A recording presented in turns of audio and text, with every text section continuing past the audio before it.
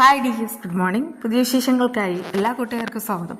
കഴിഞ്ഞ ദിവസം എന്ന് പറഞ്ഞാൽ സാഗറിൻ്റെ വീട്ടിൽ നടക്കുന്ന ചില പ്രധാനപ്പെട്ട ഒരു വിഷയങ്ങളാണ്. ആ സമയത്തെല്ലാം കൃപ സങ്കടപ്പെട്ടിരിക്കുമ്പോൾ കുറച്ച് ആശ്വാസം പകരുന്നത് കൃഷി തന്നെയാണ്.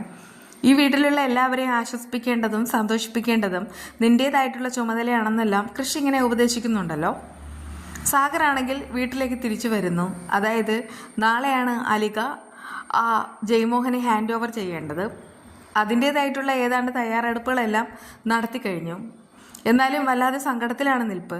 സുജാത വന്നിട്ട് കഴിക്കാൻ എടുക്കട്ടെ എന്നൊക്കെ ചോദിക്കുന്നുണ്ട്. അപ്പോഴേക്കും സാഗർ തിരിച്ച് ചോദിക്കുന്ന ചോദ്യമുണ്ട്, ഇന്ന് രാത്രി കഴിക്കാനായിട്ട് എന്താ ഉള്ളത്? കഴിക്കാനായിട്ട് ചപ്പാത്തിയും കൂട്ടുകറിയും സോയാബീനും അത്രയുണ്ടെന്നൊക്കെ പറയുന്നുണ്ട് കേട്ടോ.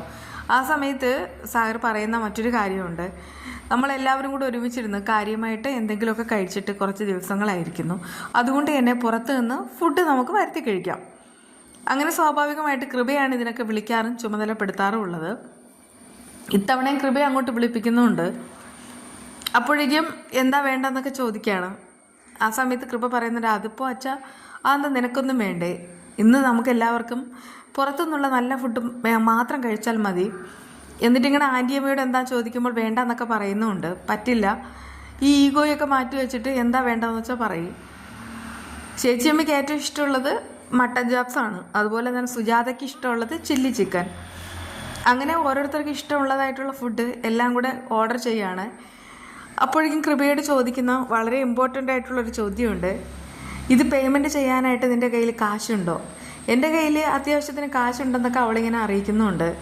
മിടുക്കി, നീ വലിയ പണക്കാരിയാണല്ലോ എന്നൊക്കെ പറഞ്ഞിട്ട് അയാളാണെങ്കിൽ അവർ പേയ്മെൻറ്റ് ചെയ്യാനായിട്ട് പറയുന്നുണ്ട് കേട്ടോ. അങ്ങനെ അവർ പുറത്തു നിന്നുള്ള ഫുഡിനുള്ള എത്രയാണോ പേയ്മെൻറ്റ്, ആ പേയ്മെൻറ്റ് ഫുള്ളായിട്ട് കൃപ തന്നെ പേ ചെയ്യുന്നുണ്ട്. എന്നിട്ട് ഫ്രഷ് ആവാനായിട്ട് പോവുകയാണ് മുകളിലേക്ക്. ബാക്കിയുള്ള 3 പേർക്കും ഭയങ്കരമായിട്ട് സംശയം തോന്നുകയാണ്.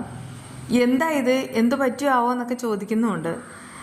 ആ സമയത്ത് സുജാതയ്ക്ക് പേടിയാവുന്നിട്ട് മുകളിലേക്ക് പോകുന്ന നേരത്ത് ആൻറ്റിയമ്മ പറയുന്നൊരു കാര്യമുണ്ട്, ഒരു കാരണവശാലും ഇപ്പോൾ പോകേണ്ട, നമ്മൾ സാധാരണ ഫുഡ് കഴിക്കാനിരിക്കുന്ന നേരത്താണ് ഇമ്പോർട്ടൻ്റ് ആയിട്ടുള്ള കാര്യങ്ങളെല്ലാം സംസാരിക്കാറ്. ഇത്തവണ അങ്ങനെ തന്നെ ആയിക്കോട്ടെ, നമുക്ക് വെയിറ്റ് ചെയ്യാം. അങ്ങനെ കുറേ സമയത്തിന് ശേഷം ഫുഡും കാര്യങ്ങളും എല്ലാം വരികയാണേ. സാഗർ അങ്ങോട്ട് വന്നിട്ട് ഓരോരുത്തരായിട്ട് ക്ഷണിക്കുന്നുമുണ്ട്. അവസാനം വരുന്ന കൃപയാണ്. എല്ലാവരും ഇരിക്ക്, ഇതെന്താ അങ്ങോട്ടും ഇങ്ങോട്ടും നോക്കിയിരിക്കുന്നത്, ഫുഡ് എടുക്കണ്ടേ, ഫുഡ് വിളമ്പാത്തെന്തെന്നൊക്കെ ചോദിക്കുകയാണ്. സുജാത വിളമ്പാനായിട്ട് എഴുന്നേൽക്കുമ്പോൾ അല്ലെങ്കിൽ അത് വേണ്ട, സാധാരണ എല്ലാവരും പരസ്പരം അങ്ങോട്ടും ഇങ്ങോട്ടും ഭക്ഷണം വിളമ്പി കൊടുക്കും. ഇന്നത്തെ ദിവസവും അങ്ങനെ തന്നെ ആയിക്കോട്ടെ എന്ന് പറഞ്ഞിട്ട് ഫുഡാണെങ്കിൽ സാഗർ തന്നെയാണ് ഓരോരുത്തർക്ക് ഇഷ്ടമുള്ള കറിയൊക്കെ വെച്ചിട്ട് ചപ്പാത്തി അടക്കം വിളമ്പുന്നത്. അപ്പോഴേക്കും ആൻറ്റിയമ്മ ചോദിക്കുകയാണ്, എന്താ കാര്യം? എന്തോ ഒരു പ്രധാനപ്പെട്ടൊരു കാര്യമുണ്ട്, അതെന്താണെങ്കിലും തുറന്ന് പറയണം.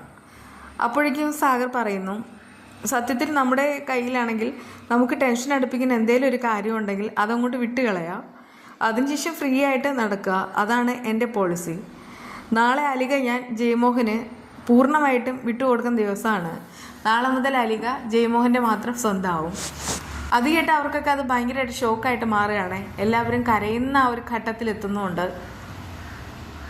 ആൻറ്റിയമ്മയ്ക്കാണ് കൂടുതൽ സങ്കടം. ആൻറ്റിയമ്മ കരഞ്ഞിട്ട് പറയുന്നു, ഇതെല്ലാം തുടങ്ങി വെച്ചത് ഞാനാണ്, ഞാൻ തന്നെ അനുഭവിക്കേണ്ടതും. അതൊന്നും ആവശ്യമില്ല, അങ്ങനെയൊന്നും പറയണ്ട, അങ്ങനെ എല്ലാ കാലത്തും നമുക്ക് എല്ലാം അടക്കി പിടിച്ച് ജീവിക്കാനാവില്ലല്ലോ എന്നൊക്കെ സാഗർ ഇങ്ങനെ ചേച്ചിയമ്മയെ ഉപദേശിക്കുന്നുണ്ട് കേട്ടോ.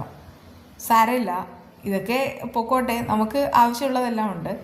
അലിക പോകുന്നുണ്ടെങ്കിലും നമുക്ക് ജീവിക്കാനുള്ള വകയും കാര്യങ്ങളും എല്ലാം അത്യാവശ്യമുണ്ട്. അതുകൊണ്ട് തന്നെ നിങ്ങളാരും അതോർത്ത് പേടിപ്പിക്കേണ്ടെന്നൊക്കെ പറഞ്ഞിട്ട് ഉപദേശിക്കുകയാണേ. മോള് പേടിക്കേണ്ട, മോളുടെ കാര്യങ്ങളെല്ലാം അച്ഛൻ കറക്റ്റായിട്ട് നടത്തുമെന്ന് കൃപയ്ക്ക് ഇങ്ങനെ പ്രോമിസ് കൊടുക്കുകയാണേ. ആ സമയത്ത് കൃപ ചോദിക്കുകയാണ്, എൻ്റെ കാര്യമാണ് അച്ഛാ ഇവിടെ പ്രധാനം, എന്തായാലും അച്ഛന് വിഷമമുണ്ടല്ലേ? സാരമില്ല, അതൊക്കെ അങ്ങ് മാറുമെന്നൊക്കെ പറഞ്ഞിട്ട് അവരെ എല്ലാവരെയും വീണ്ടും വീണ്ടും മോട്ടിവേറ്റ് ചെയ്യുന്നതും സാഗർ തന്നെയാണ്. ഒടുവിൽ ഈ കൺമണി കൃഷിനെ വിളിക്കുകയാണേ. എന്നിട്ട് പറയുന്നുണ്ട്, അച്ഛനും അമ്മയും ഇവിടെ വന്നിട്ടുണ്ടായിരുന്നേ, ഒരുപാട് നേരം ഇരുന്ന് സംസാരിച്ചു, ഒരുപാട് സങ്കടമുണ്ട്. അവസാനം അച്ഛനോടായി ചോദിച്ച ഒരു കാര്യമുണ്ട്, അതായത് അലികയും എല്ലാം നഷ്ടമാവാൻ പോവാണ്, ഒന്നുമില്ലാത്ത ഒരു ചെക്കന് വേണ്ടിയിട്ട് മകളെ കെട്ടിച്ച് കൊടുക്കുമോ എന്ന്. അങ്ങനെയൊക്കെ പറഞ്ഞിട്ട് വല്ലാതായി. ഞാൻ നാളെ എന്തായാലും രാവിലെ അങ്ങോട്ട് വരും, എന്നിട്ട് നമുക്ക് രണ്ടുപേർക്കിരുന്ന് ഓപ്പണായിട്ട് സംസാരിക്കണം. അത് കേട്ട് കൃഷി പറയുന്നുണ്ട് എന്താ കാര്യമെന്ന്. അതൊക്കെ നേരിട്ട് പറയാമെന്നൊക്കെ അറിയിക്കുന്നുണ്ട്. ഇപ്പോൾ നമുക്കിടയിൽ സംസാരിക്കാനുള്ള ആ ഒരു കാര്യങ്ങൾ പോലും ഇല്ല, വല്ലാത്തൊരു അരാജകം തോന്നുന്നു എന്നൊക്കെ കൺമണി പറയുന്നേ. അതെല്ലാം സത്യമായതുകൊണ്ട് തന്നെ കൃഷിയും സമ്മതിക്കുന്നുമുണ്ട്. രാവിലെ എന്തായാലും കാണണം, സാഗർ സാറിൻ്റെ വിഷയങ്ങളാണ് സംസാരിക്കാനുള്ളതെന്നൊക്കെ കൺമണി പറയുമ്പോൾ കൃഷ്ണനാണെങ്കിൽ ആകെ ടെൻഷനാവുകയാണ്. അലിക വിട്ടുകൊടുക്കുന്ന സമയത്ത് എല്ലാവരും വേണമെന്ന് സാഗറിന് നിർബന്ധമുണ്ട്. രാവിലെയായി, പക്ഷേ ചേച്ചിയമ്മ മാത്രം വന്നിട്ടില്ല. കൺമണിയും കൃഷിയും എല്ലാവരും ഉണ്ട്. ആ സമയത്ത് കൃഷിയും കൺമണിയും എല്ലാം പുറത്ത് നിൽക്കുകയാണ് കേട്ടോ. അപ്പോഴേക്കും ഈ സാഗറാണെങ്കിൽ സകല ഡോക്യുമെൻസും വായിച്ചിട്ട് ഈ ജയമോഹന് ഒപ്പിട്ട് കൊടുക്കുകയാണ്. താൻ പറഞ്ഞ നിബന്ധനകളെല്ലാം വെച്ചിട്ട് തന്നെ ഞാനിതെല്ലാം സൈൻ ചെയ്തിട്ടുണ്ട്. ഇനിയിപ്പോൾ അലിക ജയമോഹൻ്റെ മാത്രമായിട്ട് ആകാൻ പോവാണെന്നൊക്കെ പറയുന്നേ. കണ്ണ് നിറഞ്ഞിട്ട് പിന്നീട് കൺമണി വരുന്നുണ്ട്. അതുപോലെ തന്നെ മഹിപാലും ദേവിജി നിൽക്കുകയാണ്. ദേവിജി ആകെ സങ്കടപ്പെട്ട് നിൽക്കുന്നുമുണ്ട്. അപ്പോഴേക്കും സാഗർ വന്നിട്ട് ഈ മഹിപാലിനോട് പറയുന്നുണ്ട് സ്റ്റാഫുകളെല്ലാം എത്രയും വേഗം തന്നെ വിളിച്ചു കൂട്ടണമെന്ന്. ചെയ്യാമെന്നൊക്കെ പറഞ്ഞിട്ട് മഹിപാൽ പോവാണേ. എന്നിട്ട് ദേവിജിയോടായി ആ ഒരു ഡോക്യുമെൻറ്റ്സ് ജയമോഹന് കൈമാറട്ടെ എന്ന് അനുവാദം ചോദിക്കുന്നുണ്ട്. ഒന്നും പറയാൻ പറ്റാത്തതുകൊണ്ട് തന്നെ ആളിങ്ങനെ തലയാട്ടുന്നു. അപ്പോഴേക്കും സാഗറാണെങ്കിൽ ഡോക്യുമെൻറ്റ്സും കാര്യങ്ങളും എല്ലാം ഇങ്ങനെ ആ ജയമോഹന് ഹാൻഡ് ഓവർ ചെയ്യാണ്. ഇതുവരെ ഇവിടെ ഒരുപാട് സ്റ്റാഫുകൾ ഉണ്ടായിട്ടുണ്ട്. ഈ സ്റ്റാഫുകളൊക്കെ ആണെങ്കിൽ പാവമാണ്, അവർക്ക് എന്തെങ്കിലും ഒരു ആവശ്യം വന്നാൽ ഇടപെടും. അതുപോലെ തന്നെ അവർക്കാണെങ്കിൽ ആ ആവശ്യങ്ങളിൽ ഇടപെട്ടിട്ട് പണം ആയാലും എന്തായാലും കൊടുക്കും. അവരെ ആരെയും ഇതുവരെ പേഴ്സണലി ഇതുവരെ സങ്കടപ്പെടുത്തിയിട്ടില്ല എന്ന കാര്യങ്ങളെല്ലാം ഈ സാഗർ ഇങ്ങനെ ഓപ്പണായിട്ട് പറയുന്നുണ്ട് കേട്ടോ. അലികയുടെ സ്ഥാനം ഒഴിഞ്ഞു, അലിക അച്ഛൻ്റെ പേരിലായി, എങ്കിൽ പിന്നെ ഇനി എന്തിനാ നിൽക്കണേ, ഇറങ്ങി പൊക്കൂടെ എന്നൊക്കെ മാനസ ചോദിക്കുന്നുമുണ്ട്. ആ സമയത്ത് സാഗർ പറയുന്നുണ്ട് അപ്പനമ്മമാരുടെ ആഗ്രഹങ്ങൾ നിറവേറ്റി കൊടുക്കേണ്ടത് മക്കളാണ്. അങ്ങനെയൊക്കെ കിട്ടുന്ന മക്കളെ കിട്ടുന്ന അച്ഛനും അമ്മമാർ ഭാഗ്യവാന്മാർ തന്നെയാണ്.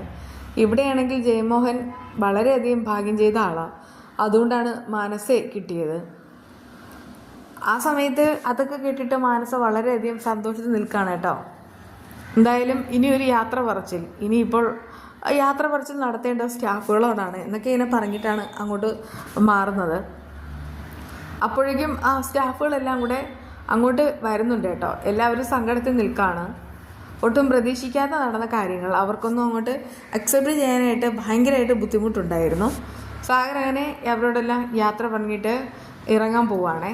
ഇറങ്ങിയാലോ എന്ന് കൃഷി വരുമ്പോൾ ചോദിക്കുന്നുണ്ട്. കൃഷി പറയുന്നുണ്ട് അതായത് ഒരു കടം ബാക്കിയുണ്ട്, ഞാനിപ്പോൾ വരാം. ആ സമയത്ത് സാഗറും ബാക്കി എല്ലാവരും അവിടെ ഇറങ്ങുകയാണ്, മാനസയും ജയമോഹനും മാത്രം. നിനക്കെന്താ ഇവിടെ കാര്യമെന്നൊക്കെ ജയമോഹൻ അധികാരത്തിൽ ചോദിക്കുന്നുണ്ട്. അത് കേൾക്കുന്ന കൃഷ്ണനാകെ സങ്കടമാവുന്നുണ്ട്, അതിലുപരിയായിട്ട് ദേഷ്യവും.